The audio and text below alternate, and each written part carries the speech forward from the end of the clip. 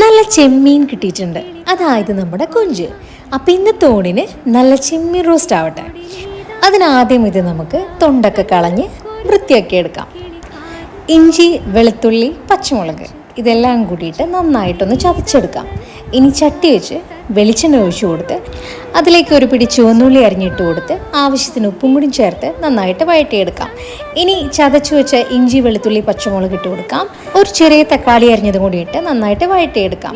ഇനി കുറച്ച് മഞ്ഞൾപ്പൊടി, മുളക് പൊടി, ഒരു 1/4 ടീസ്പൂൺ പെരിഞ്ജീരകം പൊടിച്ചതും ഒരു 1/2 ടീസ്പൂൺ കുരുമുളക് പൊടിയും കൂടി ചേർത്ത് വഴറ്റി കൊടുക്കാം. ഇനി ചെമ്മീൻ ഇട്ട് കൊടുത്ത് നന്നായിട്ട് വഴറ്റി ഒരു 1/4 ഗ്ലാസ് വെള്ളം ഒഴിച്ചു കൊടുത്ത് കുറച്ച് കറിവേപ്പിലയും കൂടി ഇട്ട് നന്നായി ഇളക്കി യോജിപ്പിച്ച് അടച്ചു വെച്ച് ഒരു 5 മിനിറ്റ് വേവിക്കാം. ഇനി അത് തുറന്ന് അതിൽ വെള്ളം വറ്റി വരുമ്പോൾ അതിലേക്ക് 1 ടീസ്പൂൺ ഗരം മസാലയും കൂടി ചേർത്ത് നന്നായി ഇളക്കി യോജിപ്പിച്ചെടുത്ത് കഴിഞ്ഞാൽ നല്ല കൊഞ്ച് റോസ്റ്റ് റെഡിയായി കിട്ടും.